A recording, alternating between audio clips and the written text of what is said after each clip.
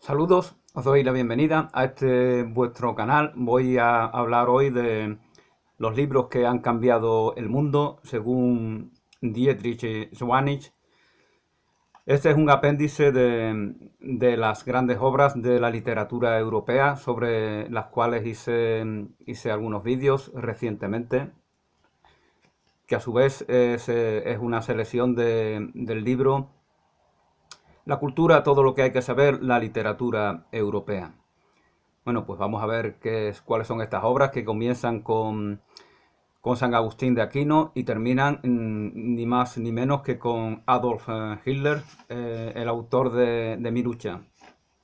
Porque no se trata solamente de libros que hayan aportado algo positivo, sino también libros que han hecho lo contrario, aportar algo negativo. Bueno, empezamos por lo tanto, sin más preámbulos, con San Agustín, sobre el cual, pues como hice un par de vídeos recientemente, pues no voy a extenderme demasiado. Dice Joannis que San Agustín, obispo de Hipona, África, era un africano verdaderamente. Bueno, en esta selección de libros y autores, evidentemente no se centra solo en los que empiezan en la Edad Media, en torno al tiempo de Dante, sino que hay autores anteriores. Está cronológicamente, se nos presenta estos libros, pero con la cronología en la que fueron impresos estos libros, porque una vez que se inventa la imprenta por parte de Gutenberg, en el siglo XV, pues se empieza a difundir todos estos textos de manera mucho más masiva. Entonces llegan a todas las bibliotecas, a todas las universidades, y es cuando verdaderamente empieza a conocerse las obras de estos grandes escritores. Por eso incluye el autor algunas obras anteriores a Dante, a Petrarca o Boccaccio, que son los que iniciaban la historia de la literatura europea. San Agustín, obispo también incluye algunos autores que no son europeos, porque por ejemplo San Agustín era africano, allí nació, pero podemos considerarlo europeo también, verdaderamente, puesto que era un ciudadano romano y por lo tanto pues pertenecía al ámbito europeo. Nació en un lugar que creo que no es muy lejano de donde nació Albert Camus. Y todavía no he leído en ningún sitio ni he escuchado a nadie llamar africano a este escritor. No he escuchado el escritor africano Albert Camus, no lo he escuchado, pero es allí donde nació. Nació en Argelia, aunque finalmente tuviera la nacionalidad francesa, porque entonces Argelia era un estado colonizado por el país europeo. San Agustín, obispo de Hipona, reacciona ante el declive del Imperio Romano con la tesis de que debería ser sustituido por un Estado teocrático impuesto por la Iglesia cristiana. Describe, posteriormente daré lectura a un texto de San Agustín que está en cierta relación con esto. Describe el curso de la historia como la lucha entre dos ciudades. La ciudad celeste, la ciudad de Dios, animada por el amor de Dios, y la ciudad terrena, la ciudad terrena. Esto se corresponde a varias parábolas y ejemplos que nos cuenta Jesús de Nazaret en los evangelios. La ciudad de Dios es el camino estrecho desde la perspectiva mundana, y la ciudad del mundo es el ancho, es aquel con respecto al cual tenemos inercia a entregarnos. Y también se corresponde con otra expresión de Jesús que habla de cuando le dan una moneda y dice: ¿de quién es esta cara? Del César. Pues al César lo que es del César y a Dios lo que es de Dios. Entonces ya está dando noticia de que verdaderamente el reino de Dios no está manifiesto en los poderes mundanos. Pero claro, ahí hay, y eso nos soluciona la controversia a la cual va a dar origen, puesto que seguimos aquí en el mundo y por lo tanto van a nacer todo tipo de posturas que van a querer reconocerse en la voluntad de Dios y van a pretender imponérnosla a todos.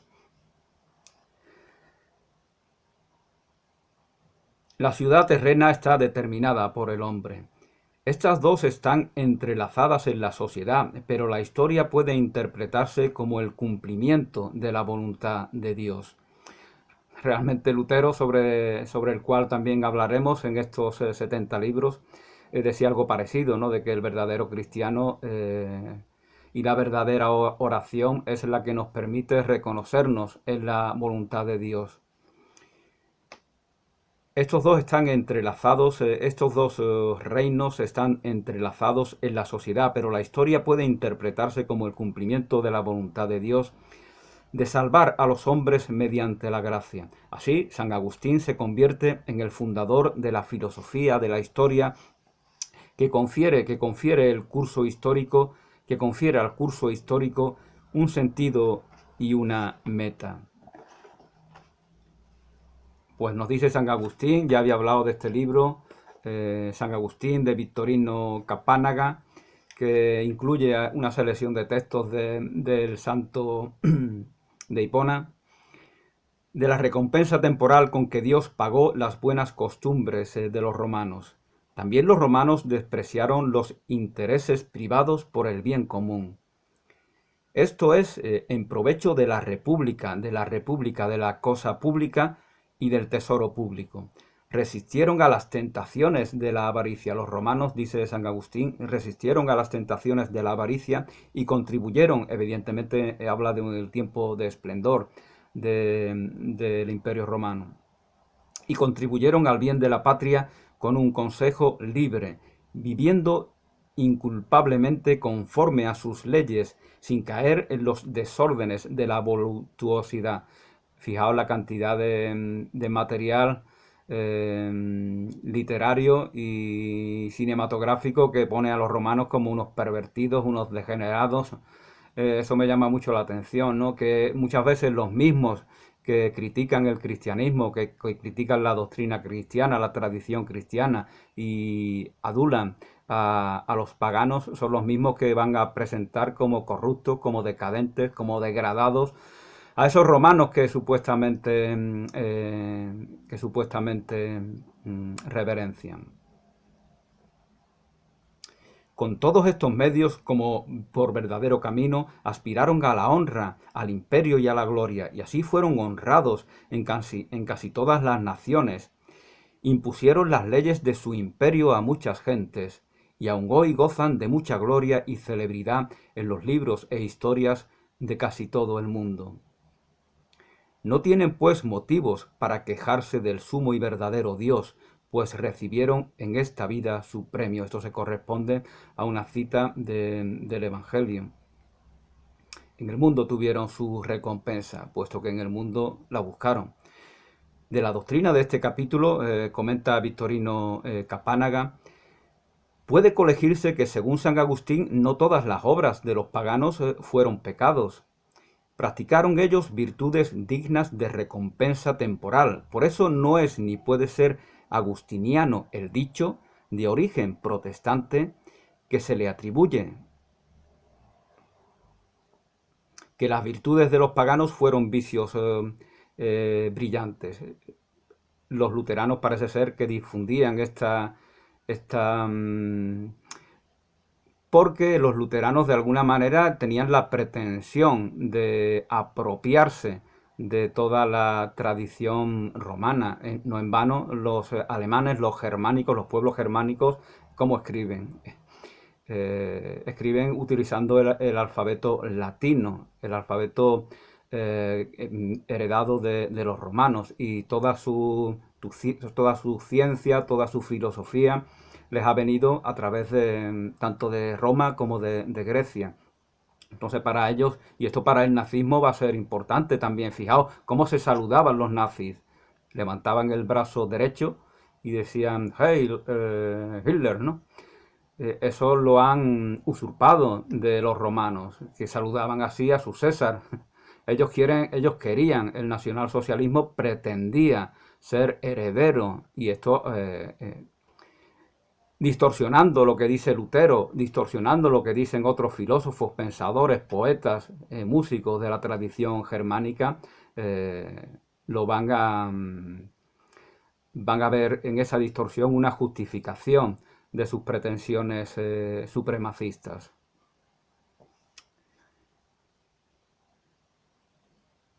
Los teólogos protestantes, como Kolbe y Alejandro de Oettingen, o como se diga, y otros han atribuido esta expresión a San Agustín. Repítela 1000 veces, que así creerán que es verdad, ¿no? No sé quién dijo eso, pero creo que era también nacionalsocialista. También Ortega y Gasset, ese que tenía en tan alta estima a la cultura, a la tradición, a la filosofía alemana. Y hacía bien porque efectivamente esa tradición es muy importante. Eso no implica, eso no necesariamente no le debería despreciar a otro tipo de tradiciones que verdaderamente son hermanas, como las que encontramos en el conjunto del continente. También Ortega y Gasset ha incurrido en la ligereza de los teólogos protestantes aludidos. En 1902, Walter, otro pensador alemán, probó que dicha expresión no se halla en las obras de San Agustín. Él reconoció la verdad de la crítica de Walter, aquel al cual replicaba un tal Harnack, Walter, pero alegando que la frase citada responde al espíritu de la teología de San Agustín. Conste pues, si lo interpretas, si tienes una predisposición negativa, pues evidentemente lo vas a interpretar todo de la manera más pobre. Eso si eres católico con respecto a los protestantes o si eres protestante con respecto a los católicos. Luego leeré quizá o en otro vídeo, espero que en este me dé tiempo, algunas frases atribuidas a Lutero, que son mucho peores que esta.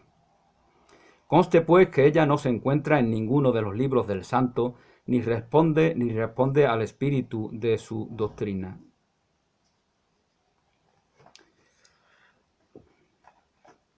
Bueno, pues pasamos por lo tanto, o bueno, voy a compartir alguna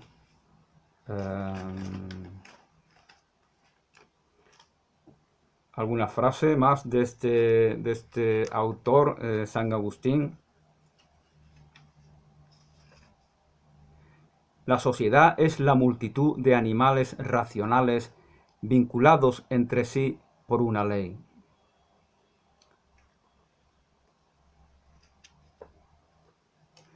Dios se dará a sí mismo porque ya se dio a sí mismo.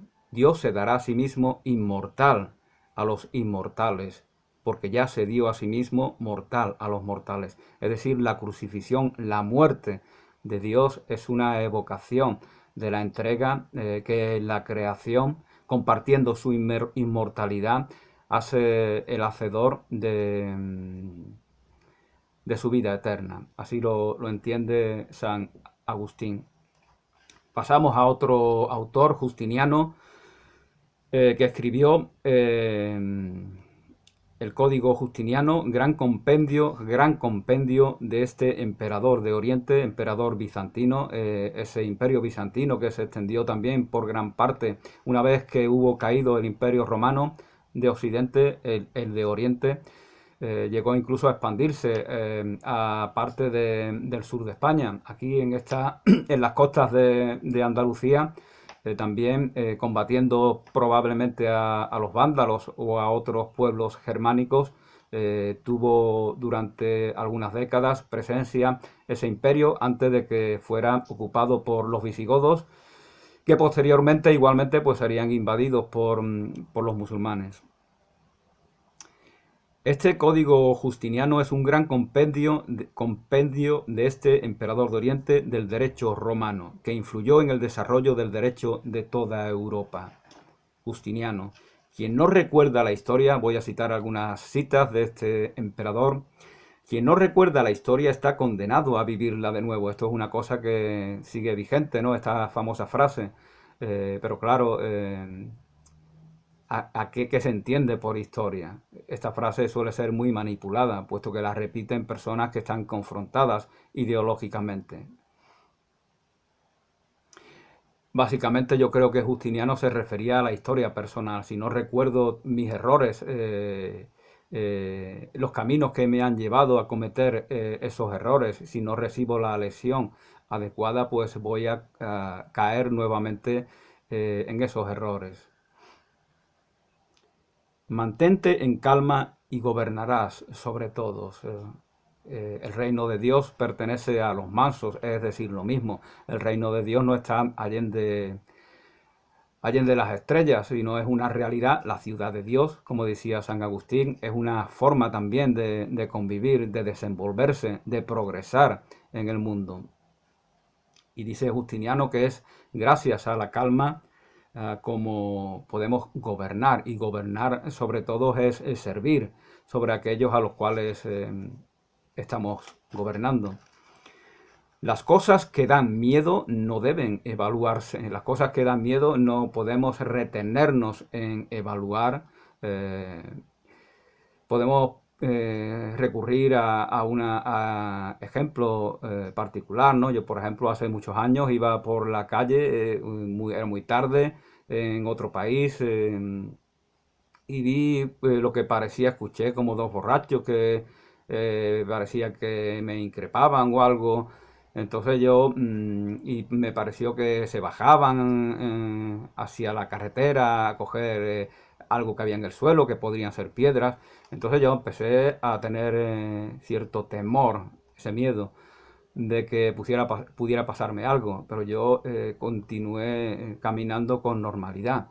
Incluso me comporté de una forma que desde el punto de vista de estas personas le podría parecer ridícula, ¿no? Saqué una cámara de fotos y hice una foto al azar a unos árboles que había ahí. Y es curioso, ¿no? Cuando revelé la foto, detrás de los árboles había un crucifijo, ¿no? Era una especie de finca que serían muy creyentes y tenían una cruz eh, de madera o de mármol que se veía en la oscuridad de la foto, puesto que era de noche, ¿no? Entonces hice la foto, seguí andando y yo a esas personas no las escuché más ni las sentí más. No les presté atención, no evalué el porqué del temor que podía sentir. Seguí mi camino con naturalidad y yo creo que en muchas situaciones es esta la mejor manera de proceder. Las cosas que dan miedo no deben evaluarse. El regalo más grande de la divinidad a los hombres son el sacerdocio y el imperio. Obviamente el emperador no va a decir lo contrario. Claudio Ptolomeo, el tercero de estos autores que publicó la Cosmografía, síntesis de la cosmología geocéntrica. Este, por lo tanto, es un santo venerado por los terraplanistas del siglo XXI. Síntesis de la cosmología geocéntrica, la Tierra como centro del universo, que determinó la concepción del mundo entre los siglos II y XVII de nuestra era. Siglo XVII, en el cual pues ya tenemos a Galilei, que casi estuvo a punto de ser quemado en la hoguera también, que corroboró las tesis de, creo que era Copérnico, de que la Tierra, junto a otros planetas, gira en torno al Sol.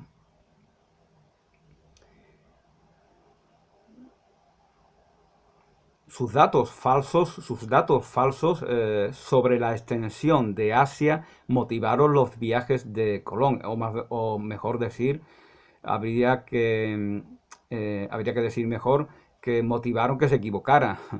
estos falsos datos. Hablé de ello en el vídeo que hice sobre Colón. Colón muere sin saber que ha descubierto un nuevo continente. Piensa que está en Asia o en territorio próximo, islas próximas al continente asiático.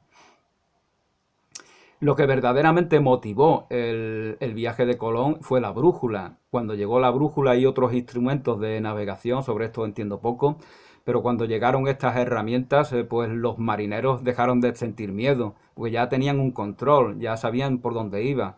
Entonces, aún así, siguieron teniéndolo. Ya los contaba en el vídeo sobre Colón, que seguían pensando que seguían y llegaron incluso casi a rebelarse contra el almirante Colón en el primer viaje. Pero es la brújula y estas herramientas las que dieron seguridad, y por eso previamente a ello pues los portugueses navegan y descubren Madeira, por ejemplo, u otros territorios. Bueno, pues de Ptolomeo puedo compartir también algunas frases. Eh, Todo lo difícil de alcanzar es fácilmente atacado por el común de los hombres.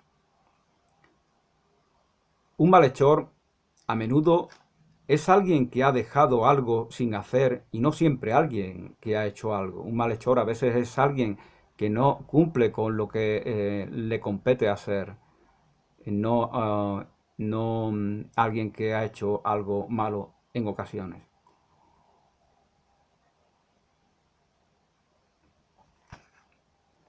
Pues algunas frases de Claudio Ptolomeo. Euclides es el autor de los elementos, ¿no? Decía alguien por ahí que es el libro más importante de la historia. Lo decía porque es el libro que ha sido más utilizado en la enseñanza, en las escuelas, después de la Biblia. El manual de matemáticas más antiguo del mundo, que hoy todavía sigue siendo útil. También comentaba otra persona que Arquímedes realmente es mucho más importante que Euclides, que sus enseñanzas, sus descubrimientos, sus afirmaciones tienen aún más valor. Lo que pasa que Euclides habla en los elementos pues de lo elemental, nunca mejor dicho. Y entonces parece que es más fácil hacer uso del libro de Euclides que el de otros autores.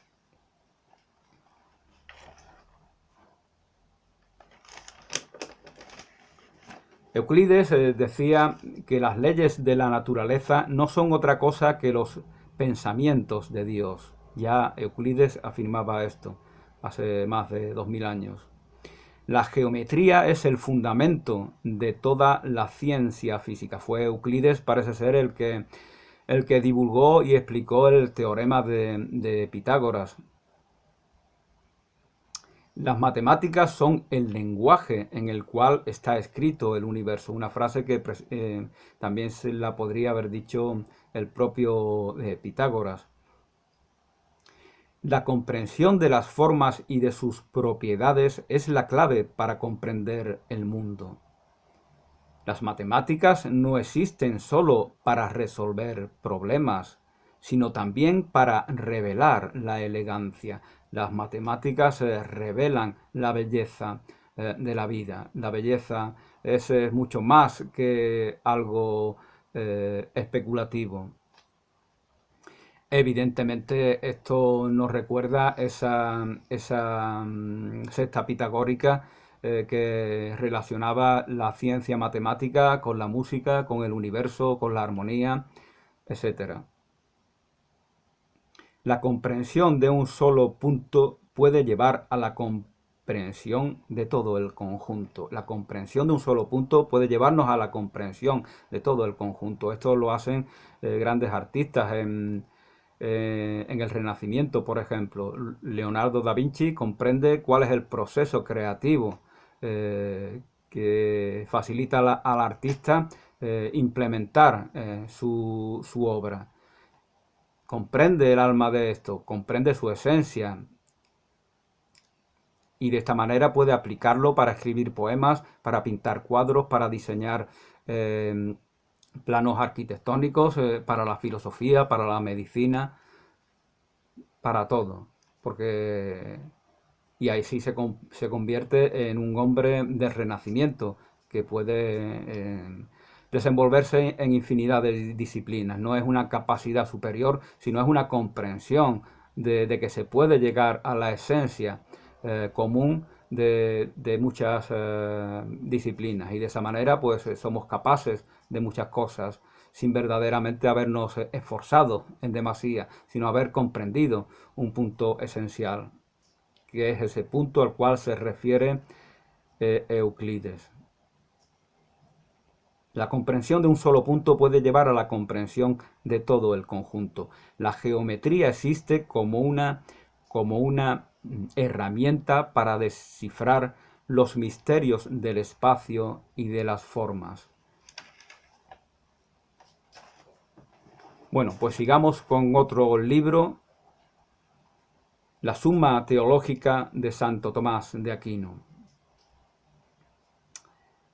Ya nos acercamos a la época de Dante, de Boccaccio, de Petrarca, puesto que Santo Tomás de Aquino vivió en el siglo XIII. Síntesis de la filosofía aristotélica y de la teología cristiana.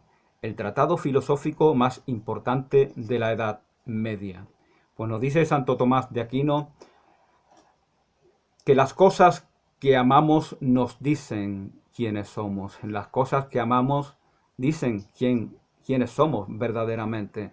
Allí donde está tu corazón, allí está tu tesoro. O allí donde está tu tesoro, ahí está tu corazón. Quien tiene fe no precisa de explicaciones. Esta es una frase muy conocida. Y al que no la tiene, ninguna explicación es posible. Es curioso porque Santo Tomás de Aquino parece ser que intentó explicarnos la evidencia de la existencia de Dios. Tal vez al querer explicar lo que es evidente, pues se está incitando a la duda de ello, desde mi punto de vista. Y lo dice el propio Santo Tomás de Aquino. Quien tiene fe no precisa de explicación alguna. Al que la tiene, al que no la tiene, ninguna explicación es posible. Teme al hombre de un solo libro. Teme al hombre de un solo libro. Supongo que ese libro podría ser también la Biblia, ¿no? Teme al hombre que se aferre a un texto muerto, que no sepa compensar, que no sepa contrastar aquello que con respecto a lo cual se adhiere en su pensamiento, que no sepa contrastarlo con aquello que pudiera refutarlo, porque está movido por el fanatismo o puede caer en él. La fe se refiere a lo que no se ve, la esperanza a lo que no está al alcance de la mano. Fe y esperanza no son lo mismo. Sobre la esperanza, bueno, pues hablaba Byung-Chul Han en su último libro, y sobre él hice también algunos vídeos. Cada hombre tiene que inventar su camino, el hombre es arquitecto de su destino. Así decía Cervantes, también creo que Amado Nervo decía algo parecido en algunos de sus poemas. Y también lo decía Antonio Machado: caminante no hay camino, se hace camino al andar, se forja el propio camino a través de nuestro caminar. Cada hombre tiene que inventar su propio camino. Solo Dios crea, el hombre simplemente reorganiza, el hombre no crea. Nos reconocemos como creadores cuando sintonizamos con la voluntad de Dios. En el mundo solo movemos cosas, y eso acontece también en el plano de las ideas. Solo Dios crea, el hombre simplemente reorganiza. Solo Dios es bueno, no me llames bueno, lo decía el que pudiera ser, si es que hay alguien, el hombre más bueno verdaderamente, puesto que es el Redentor conforme a la fe cristiana. Y el mismo Redentor decía: no me llames bueno, solo Dios es bueno, Dios es la bondad. Con lo cual la bondad, que es ese bonding que nos mantiene unidos a toda la fraternidad humana conforme a la doctrina cristiana. Entonces nos dice Jesús que nos reconozcamos en esa bondad, en ese bonding divino, y que no nos que no presumamos de bondad ni adulemos a nuestros semejantes atribuyéndosela. El hombre no debe considerar sus posesiones materiales como propias, sino como colectivas. Eh, Aquí esto parece muy de izquierdas, ¿no? Muy conforme con el pensamiento anarquista y socialista del siglo XIX. El hombre no debe, a Proudhon le gustaría esta afirmación en gran medida, el hombre no debe considerar sus posesiones materiales como propias, sino como colectivas. Además debe de compartirlas cuando otros se encuentran en necesidad. Los seres dotados de inteligencia desean existir siempre, y un deseo natural no puede existir en vano. Si deseamos existir siempre, esto me recuerda a Unamuno. No tengo fe, o creo que no la tengo, pero quiero vivir siempre, siempre. Entonces, si tengo ese deseo, pues será por algo. Sobre Unamuno, pues también hice algunos vídeos sobre la agonía del cristianismo. Galeno, ópera, libro fundamental de la medicina hasta la edad moderna, la obra de Galeno. Trata de la patología humoral o doctrina de la mezcla de los humores corporales, que influyó también en la literatura y el teatro. Galeno, que nació en el 129 y murió en el 199. Fijaos que se ha quedado esa palabra, galeno, como sinónimo de doctor, de médico. No solo es preciso, dice Galeno, que el médico desprecie las riquezas, sino que ame el trabajo en el más alto grado. Aforística es la verdadera pedagogía, que consiste en decir en pocas palabras toda la grandeza de cualquier arte, de cualquier disciplina del conocimiento. A través de la brevedad, lo bueno si breve, dos veces bueno. A través de la brevedad debemos de compartir lo valioso, debemos de saber llegar y comprender el arte del aforismo, del cual tanto gustaba Nietzsche, dicho sea de paso. Algunos porque dicen algunos comentadores de Nietzsche, dice que lo hacía porque efectivamente estaba en concordancia con el pensamiento de Galeno, de rendir culto a esa brevedad. Otros decían que tenía sus problemas mentales, le incapacitaban para explayarse largamente, y por eso cultivaba el aforismo. También puede ser que sea ambas cosas, claro. No sorprende que muchos no progresen como médicos o filósofos si han sido con su atención,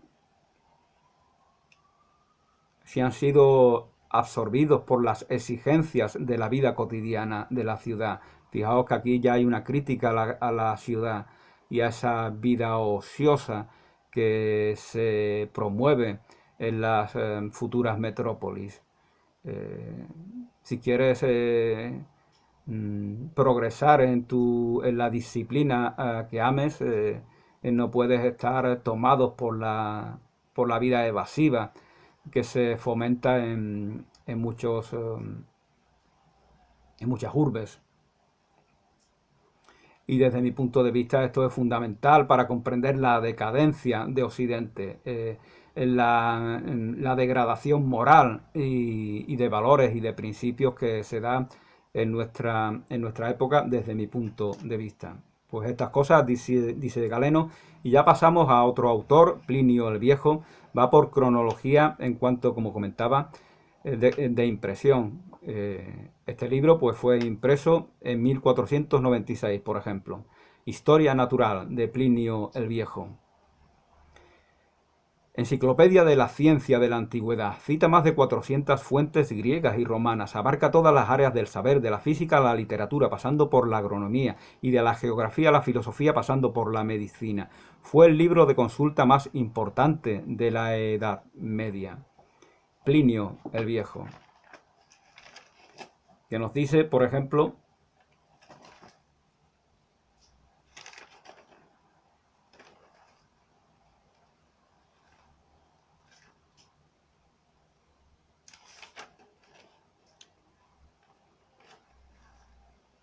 a ver si quiere decirnos algo.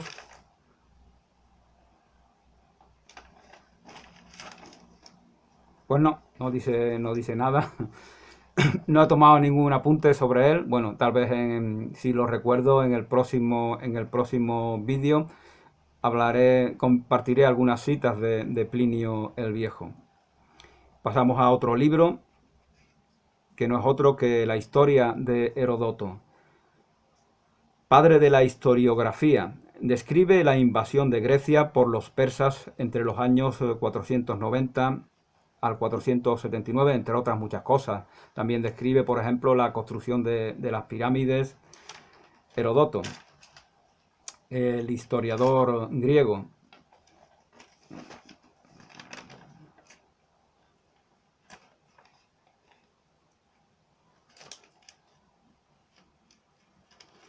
La prosperidad hace amigos y la adversidad pone a prueba la amistad. La prosperidad forja la amistad y la adversidad la pone a prueba.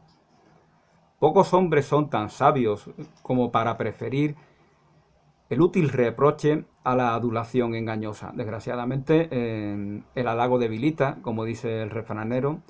Desgraciadamente, muchos en esa carencia en la que se ven a sí mismos, en esa falta de afecto, pues están en la necesidad de ser adulados, se predisponen para ser adulados, y por lo tanto cuando aparece el que le hace una crítica, un reproche bien intencionado, pues es despreciado. Cuando realmente el considerar lo que se le está diciendo pudiera aportarle mucho más que la adulación a la cual él se ha predispuesto. Gran parte del éxito se debe simplemente a insistir. Bueno, ya tenemos a Edison, ya tenemos a Tesla y a tantos grandes inventores del siglo pasado, como decían que se equivocaban muchas veces y jamás sabían sacarle fruto al error porque estaban predispuestos para hacerlo.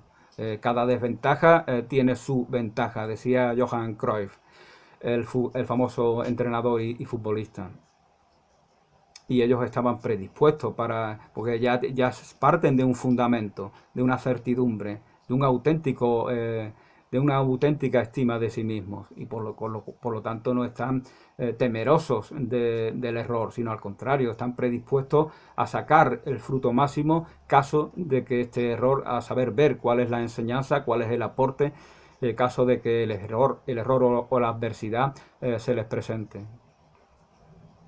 El hombre es el único animal que se complace en contemplar la riqueza fruto de su avaricia. Bueno, esto tenemos ahí al tío Gilito, famoso tío del Pato Donald, cómo se vive en la miseria y se recrea en sus piscinas llenas de monedas, en esa imagen caricaturesca tan significativa.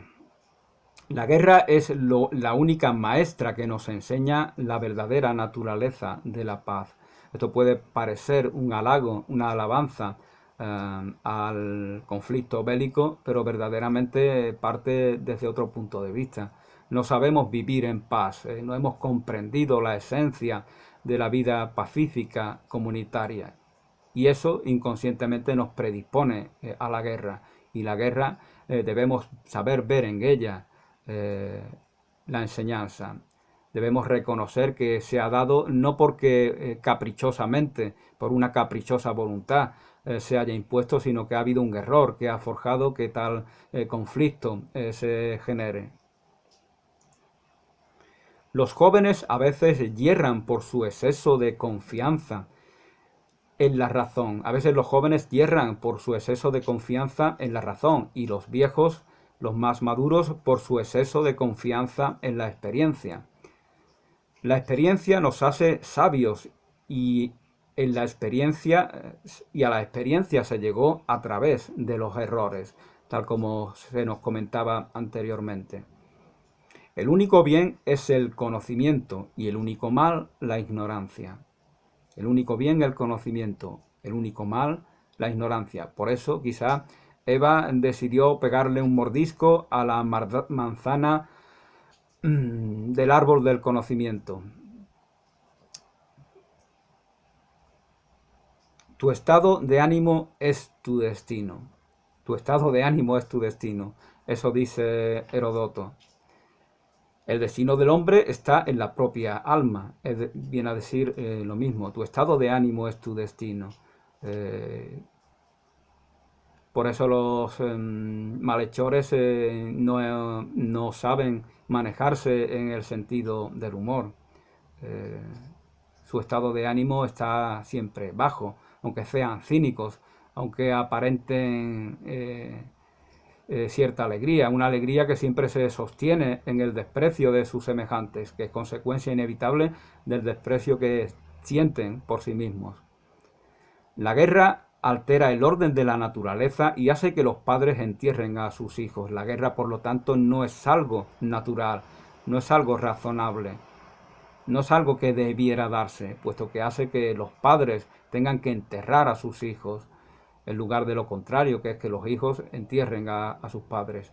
El apresuramiento es padre del fracaso. Despacito y buena letra, que el hacer las cosas bien importa más que el hacerlas, así decía también Antonio Machado. Santo Tomás Moro, Thomas More, que escribió Utopía. Ningún mapa del mundo vale nada si no contiene un territorio que se llame Utopía. Así decía Oscar Wilde.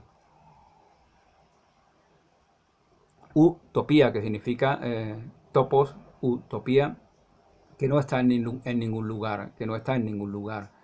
Eh, aquello que promete la esperanza tampoco está en ningún lugar, evidentemente. Bueno, pues Tomás Moro, que nació en Leiden, eso está en Holanda, aunque él era inglés y fue ejecutado por Enrique VIII, que tenía ese hobby de ejecutar a todo tipo de gente, incluida alguna de sus esposas, por ejemplo, a Ana Bolena. Relato ficticio, utopía, acerca de utopía, el estado ideal comunista, bueno, así lo entiende Dietrich Schwanich, podríamos decir que comunitarista, no exactamente comunista, ¿no? Pero bueno, porque ahí en esa utopía sigue habiendo esclavos, por ejemplo. La idea de esclavos que tenían en esa época, de personas que un esclavo podía ser un preceptor, por ejemplo, como lo era Epicteto. El famoso estoico fue esclavo y era al mismo tiempo preceptor de algunos jóvenes. El estado ideal comunista en el que se realizan los ideales de educación humanista de Moro y modelo de todas las demás utopías. Bueno, pues Santo Tomás Moro nos dice que una idea absolutamente nueva es una de las más extrañísimas cosas conocidas por el hombre. Cuando decimos algo, lo más probable, cuando se nos ocurre una idea brillante, es muy probable que ya haya sido afirmada por otra persona. Hoy en día muchos van a la escuela, pero pocos son educados. Ya hay una crítica en Tomás Moro con respecto al sistema educativo. Muchos van a la escuela, pero en la escuela se les educa o se les manipula o se les intenta determinar, se les intenta, porque la escuela está condicionada por lo que el gobierno de turno considere que es lo conveniente para esos niños y niñas. En esa época creo que solamente eran niños. Muchos van a la escuela, Muchos van a la escuela, pero pocos son educados. Quien cree liderar y no es seguido por nadie, solo está dando un paseo. Aquel que cree liderar sobre el liderazgo y ese liderazgo con propósito, el libro de Rick Warren, creo que se llama, hice algunos vídeos también.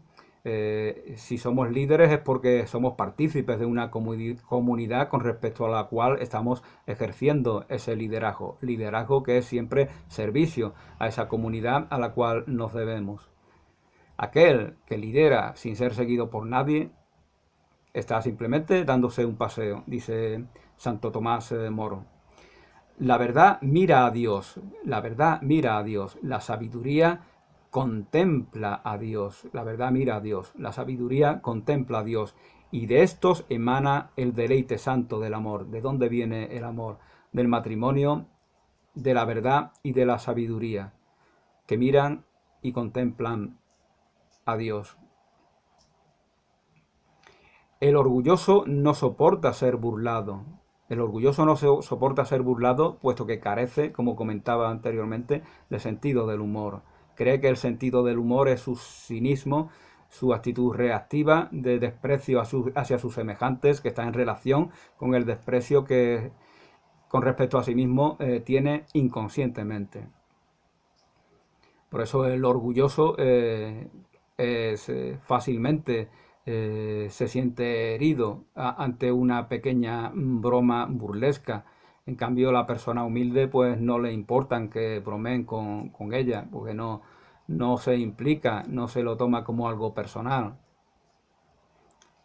Bueno, pues pasamos ya al último y controvertido autor, el Nuevo Testamento de Martín Lutero.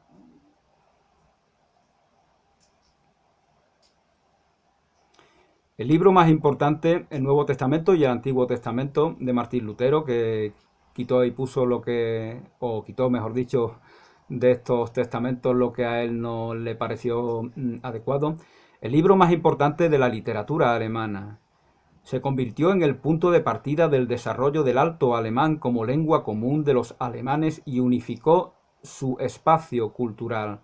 Marcó la retórica de los sermones eclesiásticos, dio unidad al estilo alemán y le dotó de un tesoro común de expresiones, metáforas y giros que calaron profundamente. El alemán de Lutero es tan plástico y expresivo que que las traducciones posteriores de la Biblia dejan mucho que desear. Las traducciones al alemán, evidentemente, que es la lengua de Dietrich Schwanich. Bueno, pues voy a compartir algunas frases Algunas frases son controvertidas, ¿no? Porque las he sacado de la red y todas las frases que he dicho las he sacado de internet y por lo tanto espero que efectivamente se correspondan con estos autores. Podéis chequearlo. Cualquier Dios, cualquier don nadie, ya comentaba que algunas frases se habían citado en algunos lugares para ridiculizar al propio Lutero. Y Lutero dice que cualquier don nadie se cree enviado de Dios. Bueno, se podría aplicar también sobre su propia persona. Cualquier don nadie se cree mensajero de Dios. Sé pecador y peca valientemente, pero cree y regocíjate en Cristo, aún más valientemente. Esto parece como si inconscientemente blanqueara la crueldad. Y fijaos que hablamos de un pueblo que es muy frío, como es el alemán, y por lo tanto en un estado de degeneración, de imperio de esa ignorancia de la cual antes hablábamos, puede llegar a una crueldad extrema, como efectivamente acontece en tiempo del nacionalsocialismo. Mientras estemos aquí, tenemos que pecar. Claro, mientras estemos aquí no tenemos que pecar. Mientras estemos aquí estamos expuestos a pecar y efectivamente pues se da que lo hacemos a menudo o de vez en cuando. Pero enfocarse en esto es muy peligroso. Hay que enfocarse el pecado. ¿Dónde está el pecado? El pecado está en la mente de la persona. Aquel que desea a la mujer del prójimo ya ha pecado, porque el pecado está en su mente. Es una gestión errónea, partiendo de la carencia. Jesús no está evaluando algo exterior, sino que está dándote un consejo. No desees a la mujer del prójimo. Y aquí este deseo podría ser cualquier otro. No la desees, ¿por qué? Porque partes de la carencia, estás cosificando tus semejantes y por eso los deseas. Y los deseas porque a sí mismo te cosificas tú y te ves como un nada que debe de ser compensado a través de esos deseos. Nada nos separa del Cordero, nada nos separa del Cordero, aunque forniquemos o asesinemos. Quien comparte esta frase pues tenía esta intención de ridiculizar un poco a Lutero.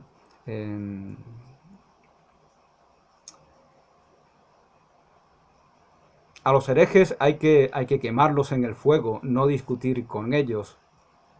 Era un tiempo en el cual pues había una confrontación violenta y parece que combatían entre ellos protestantes y católicos a ver en quién quemaba más brujas, en quién quemaba más herejes. Era un tiempo eh, se había perdido verdaderamente el fundamento de la fe. La conciencia de los estados, sobre esto hablaba por ejemplo Francisco Ayala, ¿no? Él, en los vídeos que hice sobre la introducción a las ciencias sociales, es en el siglo XVI, XV-XVI, es decir, el tiempo de Lutero, cuando se toma conciencia de que somos partícipes de un estado en específico. Antes lo que hay es la cristiandad, eh, y entonces nadie la discute, nadie la cuestiona, sino que vive en ella como si fuera una verdad indiscutible. Las mujeres han sido hechas para ser esposas o prostitutas. La palabra y obra de Dios lo dicen claro. Bueno, yo no veo que digan claro esta afirmación controvertida. Esto lo dirá en alguna carta, por eso está sacado de contexto. La culpa es nuestra por no matar a los judíos. Parece ser que Martín Lutero decía esto. Bueno, aquí ya vemos en la propia figura de Lutero la confrontación con el pueblo semita y la mitificación del propio pueblo alemán. Pasamos a frases más positivas. La oración no es para cambiar los planes de Dios, sino para reconocernos en su voluntad. La oración no es una herramienta de nuestro ego para satisfacer nuestra codicia o nuestro vacío que queremos compensar al modo en el que antes os decía. No, la oración es para reconocernos en la voluntad de Dios y para poder convertirnos en herramientas a través de las cuales se manifieste esa voluntad. El Evangelio de Dios también está escrito en los árboles, en las flores, en las montañas, en las nubes, en las estrellas. Es decir, no hay que aferrarse a la letra muerta de ningún texto, aunque este sea la Biblia. El Creador nos habla en todas las formas, en todas las expresiones de vida, en todo el universo. Todo el universo es también un libro sagrado en el cual debemos saber leer cuál es el mensaje que nos da el Creador. Todos los que creen en Cristo son reyes y sacerdotes en Cristo. Evidentemente esto es una réplica al sacerdocio selectivo que está normalizado en la Iglesia Católica. Nos dice Lutero que todos somos evangelizadores, todos somos sacerdotes, todos somos emperadores, reyes. Cuando creemos, cuando tenemos fe auténtica en el Cristo. Y somos sacerdotes. Es importante que para la fe cristiana que todo el mundo sea un proclamador de tal fe, porque si no esa fe, como desgraciadamente acontece en nuestro tiempo, pues irá agonizando, y no en el sentido de la agonía del cristianismo del cual hablaba Unamuno, sino en el sentido de morir, de desaparecer. La voluntad de Dios es que su verdad triunfe a través de nosotros. La voluntad de Dios es que su verdad triunfe a través de nosotros. Con esta frase de Martín Lutero pongo fin a este vídeo y seguiré hablando de los 60 libros que me quedan en un futuro vídeo. Gracias y hasta una nueva oportunidad.